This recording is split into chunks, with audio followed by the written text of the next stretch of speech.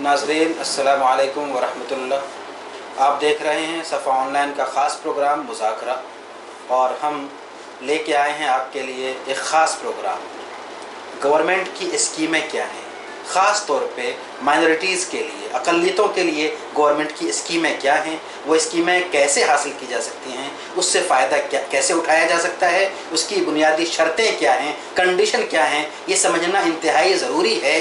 हम देखते हैं कि बहुत सी स्कीमें हैं जिनसे लोग फ़ायदा नहीं उठा पा रहे हैं, और उसकी वजह सिर्फ यही है कि इन स्कीमों के बारे में हमारे पास सही मालूमात नहीं है, सही नॉलेज नहीं है। तो आइए आज हम एक नई शुरुआत करते हैं नए प्रोग्राम की कि गवर्नमेंट की स्कीमें क्या हैं और उससे हम फ़ायदा कैसे उठा सकते हैं। आज हम बात करेंगे अपने अहम मेहमान डॉक्टर शादाब आलम से, जो उत्तर प्रदेश उर्दू एकेडमी के मुअज़्ज़ज़ रुकन हैं और गवर्नमेंट की प्लानिंग के बारे में, मंसूबों के बारे में और ख़ास तौर पे जो स्कीमें हैं उनके बारे में अच्छी मालूमात रखते हैं। डॉक्टर साहब, हमारे प्रोग्राम में आपका इस्तक़बाल है। शुक्रिया। डॉक्टर साहब, सबसे पहले क़बल इसके कि हम स्कीमों की बात करें, हम थोड़ी सी ये बात करना चाहेंगे कि हमारी जो मौजूदा गवर्नमेंट है, जब हमारी गवर्नमेंट है और हम लोग उससे मुतअल्लिक़ हैं, तो इस गवर्नमेंट की अक़लियतों के लिए कितनी तवज्जो है?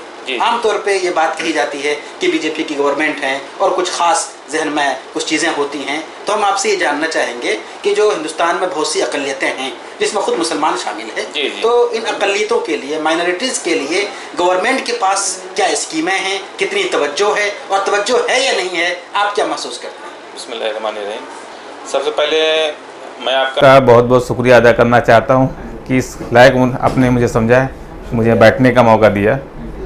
मैं आपको बताना चाहता हूं कि सरकार 2014 में जो भाजपा की बनी थी, उसके कबल एक लोगों में सोच बैठा दिया गया था कि ये गवर्नमेंट आने के बाद हो सकता है जो माइनॉरिटी की जो स्कीम है उसको दबा दी जाएगी या उनका बजट कम कर दिया जाएगा।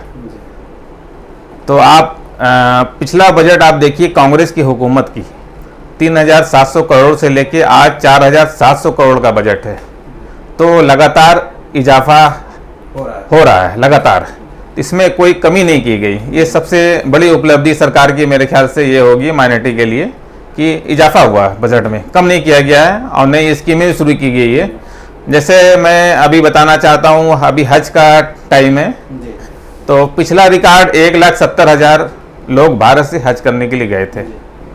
तो बहुत खुशी के साथ ये कहना पड़ रहा है कि इस बार 2 लाख लोग हज करने के लिए जा रहे हैं, जो अपने आप में एक रिकॉर्ड है। हम पाकिस्तान से भी आगे हो गए हैं। मेरे ऊपर सिर्फ इंडोनेशिया बच गया, जो 2,17,000 या 2,14,000 के आसपास लोग वहां से जाते हैं।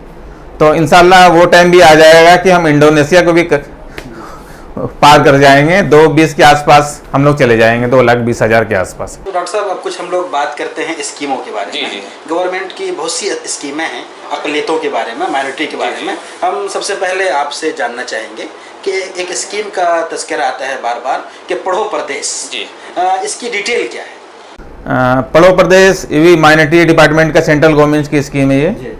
तो इसमें जो बच्चे विदेश में पढ़ाई करने जाते हैं, वो भी पीजी लेवल के, post graduate, MPhil, PhD, MSc, तो उनको पैसे की ज़रूरत पड़ती है। बाहर जाके विदेश में रह के पढ़ाई करने में खर्च ज़्यादा आता है, तो वो बैंक से लोन लेके जाते हैं पढ़ाई करने के लिए। तो लोन की जो इंटरेस्ट की भरपाई वो माइनॉरिटी डिपार्टमेंट करती है। तो उसमें कई शर्त है कि आप पढ़ाई छोड़कर बीच में वापस ना आए, या किसी वजह से वहाँ पर आपका किसी से कोई लड़ाई झगड़ा ना हुआ हो। तो ये सारी कंडीशन इसमें है। बाकी इस वेबसाइट पे सारी डिटेल मौजूद है, फॉर्म मौजूद है। डॉक्टर साहब, यहाँ पे हम एक बात और आपसे समझना चाहेंगे कि आपने जिस स्कीम का जिक्र किया, पढ़ो परदेश, यानी जो हाई लेवल की एजुकेशन के लिए गवर्नमेंट की तवज्जो है जी। जिस वक्त पोजीशन है माइनॉरिटी की कि उनकी एजुकेशन ही नहीं है, तो मेरे ख्याल से ज़्यादा तवज्जो बेसिक एजुकेशन, प्राइमरी एजुकेशन पे होना चाहिए। क्या इस तरह की कोई स्कीम है गवर्नमेंट के पास? इस तरह की स्कीम तो मौलाना आज़ाद एजुकेशन फाउंडेशन के तहत इंफ्रा बढ़ाने के लिए, जैसे कि स्कूल 8 तक का है, मदरसे छोटे हैं, उनको अगर बढ़ाना है तो उनको फंड रिलीज़ किया जा रहा है वहाँ से। तो लैब अगर नहीं है आपके पास तो लैब सेटअप करने के लिए पैसे मिल रहे हैं। जो कोई भी इंफ्रा अगर बढ़ना किसी भी टाइप का, तो वहाँ से मदद मिल रही है। यहाँ तक कि 5 लाख, 10 लाख, 15 लाख, 20 लाख, 30 लाख तक का भी मदद वहाँ से मिल रही है। तो ये मदद कैसे स्कूलों को मिलती है? या तो वो स्कूल किसी इंडिविजुअल नाम से ना हो, ट्रस्ट के नाम दान कर दिया गया हो, एक सोसाइटी बना दी गई हो, तो उन्हीं को मिल पाएगा। कंडीशन ये है, यानी जो मुस्लिम मैनेजमेंट स्कूल उसके लिए इस तरह की स्कीम जी जी। तो क्या ये चीज़ मिलती है? हाँ, मिलती है। अच्छा, मेरे जानने वाले कई लोग हैं जो ले चुके हैं, कई लोग पाइपलाइन में हैं जिनकी फाइल वहाँ लगी है। चलिए, बहुत शुक्रिया। अब हम अगली बात करेंगे एक नए स्कीम के बारे में। बड़ा खूबसूरत नाम है, नया सवेरा जी। इस नए सवेरे के तहत क्या चीज़ें आती हैं? जो मुस्लिम बच्चे जो गरीब होते हैं, वो नीट की तैयारी जो मेडिकल के लिए किया जाता है, वो पैसे दे के बड़े कोचिंग में नहीं जा पाते तैयारी करने के लिए, और जो बड़े IIT लेवल के जो इंजीनियरिंग कॉलेज है उसमें भी नहीं जा पाते। तो माइनॉरिटी डिपार्टमेंट ने एक स्कीम शुरू किया है नया सवेरा के नाम से। उसमें जगह जगह शहर, हिंदुस्तान के मुख्तलिफ शहरों में कोचिंग सेंटर के माध्यम से फ्री ऑफ कॉस्ट कोचिंग दी जाती है और तैयार करते हैं बच्चे को, ताकि वो क्वालिफाई कर सके नीट में, इंजीनियरिंग में अच्छी जगह एडमिशन हो सके उनका IIT कॉलेज में। तो इस तरह के मुख्तलिफ शहरों में कोचिंग सेंटर है, यहाँ भी लखनऊ में भी कई जगह मौजूद है। तो इस तरह की कोई दिक्कत हो, जानकारी हो, अगर जानकारी लेना हो कहाँ पे कोचिंग चल रही नहीं चल रही है, वो हम लोग के जानकारी में रहता है, तो हम लोग वो समय समय पर बताने काम करेंगे।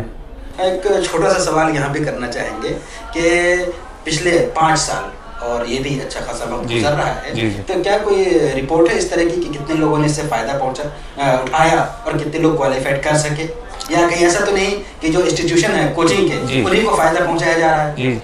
इसका आंकड़ा तो मैं नहीं बता पाऊंगा, मगर ये जानकारी में कि तो जो इनकी फाइल लगती है जो भी कोचिंग सेंटर वाले की, तो जो क्राइटेरिया पूरा करते हैं उन्हीं की लगती है। तो आम छोटे मोटे कोचिंग तो मिल नहीं सकता, क्राइटेरिया फुलफिल करने वाले कोई मिल रहा है, तो मेरे ख्याल से तो आंकड़ा बताना मुश्किल होगा ये। चलिए, बहुत अच्छा। अगला प्रोग्राम जिस पे हम बात करेंगे वो है नई उड़ान। ये भी बड़ा प्यारा सा नाम है, नई उड़ान, एक नई जहत देने के लिए। इसके तहत क्या चीज़ आती है, क्या स्कीम है?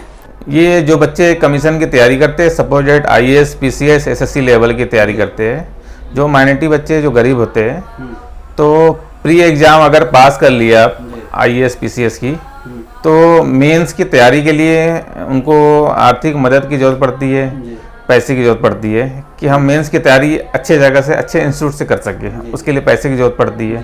तो माइनॉरिटी डिपार्टमेंट ने नई उड़ान नाम से एक स्कीम निकाला है कि आप प्री अगर पास कर लिए एग्ज़ाम, तो मेंस की तैयारी के लिए IAS जो बच्चे क्वालिफाई किए हैं उनको 1 लाख रुपये की मदद, जो बच्चे PCS पास किए हैं तो उनको 50,000 की मदद, जो बच्चे SSC पास किए उनको 25,000 की मदद। इसमें कंडीशन ये है, प्री के लिए डॉक्यूमेंट्स चाहिए उनको कि आपने प्री पास किया है, वो डॉक्यूमेंट्स अवेलेबल कराना पड़ेगा, तब वो इमदाद मिलेगी वहाँ से। डॉक्यूमेंट ऑलरेडी गवर्नमेंट के पास हो गए ही, जो प्री पास किया उसने तो सर्टिफिकेट जो उनका आता है प्री का, रिपोर्ट साथ, वो उनको दिखाना पड़ेगा। हाँ, तो कुल मिला के कह सकते हैं कि ये स्कीम भी हायर एजुकेशन के लिए। चलिए, अगली स्कीम जिस पे हम बात करेंगे वो लड़कियों की तालीम के लिए है, शादी शगुन योजना जी।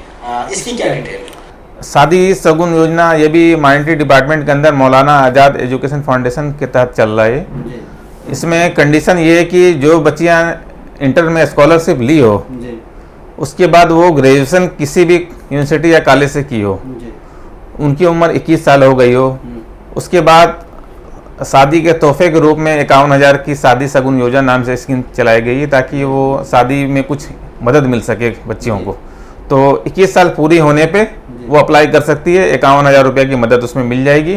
कंडीशन ये है कि आप इंटर में स्कॉलरशिप लिए हो मौलाना आज़ाद से, अब बीच में पढ़ाई ना छोड़ी हो आपने। तो मकसद सरकार का ये है कि जो बच्चियां, मुस्लिम बच्चियां आजकल पढ़ाई से महरूम रह जाती है, मैट्रिक कर ली या इंटर कर ली, उसके बाद पढ़ाई छोड़ देती है। तो मकसद ये है कि बच्चियां ग्रेजुएशन करें, उसके बाद ये हकदार होगी। ये स्कीम पढ़ाई के लिए है या शादी के लिए? इसमें दोनों फायदे हैं कि जो बच्चियां मैट्रिक इंटर तक रह जाती थी, ग्रेजुएशन नहीं कर पाती थी, वो ग्रेजुएट हो रही है, उसके बाद वो 51,000 का तोहफा वो भी मिल रहा है उनको, तो 2 फायदे हो रहे हैं इनको। अगली स्कीम जिस पे हम बात करेंगे नाजरीन, वो है सीखो और कमाओ जी। इस सीखो और कमाओ में क्या चीज़ आती है? सीखो और कमाओ ये भी माइनॉरिटी डिपार्टमेंट का ही स्किल डेवलपमेंट का प्रोग्राम है।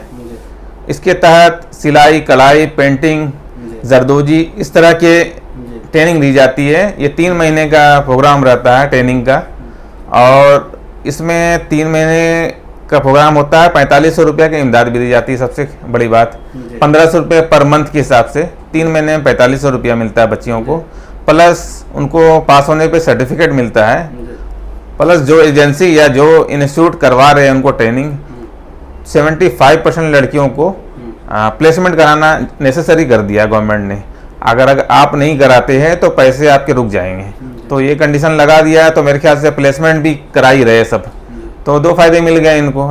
एक तो एजुकेशन भी हासिल कर ली, सर्टिफिकेट भी मिल गया, और दूसरा प्लेसमेंट भी हो गया, इमदाद अलग मिल रही है। तो अच्छा प्रोग्राम है मेरे ख्याल से। तो डॉक्टर साहब आप लखनऊ में हैं, ये जो सीखो कमाओ प्रोग्राम है, ये आपके इल्म में कितनी जगहों पे ये प्रोग्राम चला है, कितने लोग प्लेसमेंट हासिल किए हैं, कुछ बता पाएंगे? मेरे इल्म में 3-4 सेंटर ऐसे हैं जी जो चला रहे हैं, और भी सेंटर होंगे, मुझे आंकड़ा उसका पता नहीं है, मगर 3-4 सेंटर जानने वाले, हमारे जानने वाले का ही है जो चला रहे हैं। तो मैं जाता रहता हूँ, देखता रहता हूँ। काफी अच्छी स्कीम है, अच्छी स्कीम है। जी उठाना चाहिए ज़्यादा से ज़्यादा। इसमें अगर कोई जुड़ना चाहे, ये जानकारी लेना चाहे, हम लोगों को जानकारी में ये रहता है कि कहाँ पे सेंटर चल रहे, कहाँ पे नहीं चल रहे हैं। तो अभी जैसे कि माइनॉरिटी के लिए सेंट्रल गवर्नमेंट से जो डोएक या CCC इस तरह के भी कोर्स चलाए जा रहे हैं, तो मेरे ख्याल से वो भी लोगों को ध्यान देकर सीखना चाहिए। अभी गवर्नमेंट जॉब में CCC मस्ट कर दिया गया है कि CCC का या O लेवल का सर्टिफिकेट हो तभी आप अप्लाई कर सकते हैं गवर्नमेंट जॉब के लिए, कंडीशन रख दिया है। इसकी कोई खास स्कीम है? इसकी खास स्कीम एक तो आपका NCPOL दिल्ली है, उसके तहत यहाँ पे 2-3 जगह चल रहा है O लेवल CCC का, नेशनल काउंसिल। इसमें क्या कंप्यूटर सिखाते हैं? कंप्यूटर सिखाते हैं इसमें, तो मेरे ख्याल से इसका ही फ़ायदा लोगों को लेना चाहिए। हम लोग जो बात कर रहे थे, ये तो वो स्कीमें हैं जो अभी चल रही हैं और जिससे हमें फ़ायदा उठाना चाहिए।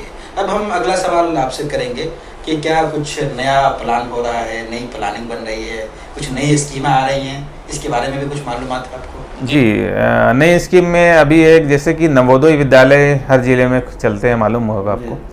तो इसी तरह के अल्पसंख्यक बहुत क्षेत्र में 100 जिलों का चयन किया गया है। तो 100 जिलों में नवोदय विद्यालय समिति की विद्यालय की तरह ही एक अल्पसंख्यक नवोदय विद्यालय खोलने का प्लान गवर्नमेंट का है, तो जिससे ज़्यादा से ज़्यादा बच्चे उसमें एडमिशन ले और शिक्षित हो सके, ये प्लान है उनका। चलिए बहुत शुक्रिया, जज़ाकल्लाह। नाज़रीन आप देख रहे थे हमारा ख़ास प्रोग्राम जिसमें हमने बात की गवर्नमेंट की अक़लियतों से मुतल्लिक़ स्कीमों के बारे में, और ये मालूमात हमें दे रहे थे डॉक्टर शादाब आलम साहब। आप उत्तर प्रदेश उर्दू एकेडमी के रुकन हैं, गवर्नमेंट से काफ़ी ख़ास ताल्लुक़ है आपका, स्कीमों से बड़ी वाक़फ़ियत है। हम ये चाहते हैं कि ये जो मालूमात हैं ये हम दूसरों तक पहुँचाएँ और ज़्यादा से ज़्यादा लोग इन स्कीमों से फ़ायदा उठा सकें। हम फिर मिलेंगे आपके साथ कुछ नई स्कीमों के साथ। बहुत शुक्रिया, जज़ाकल्लाह।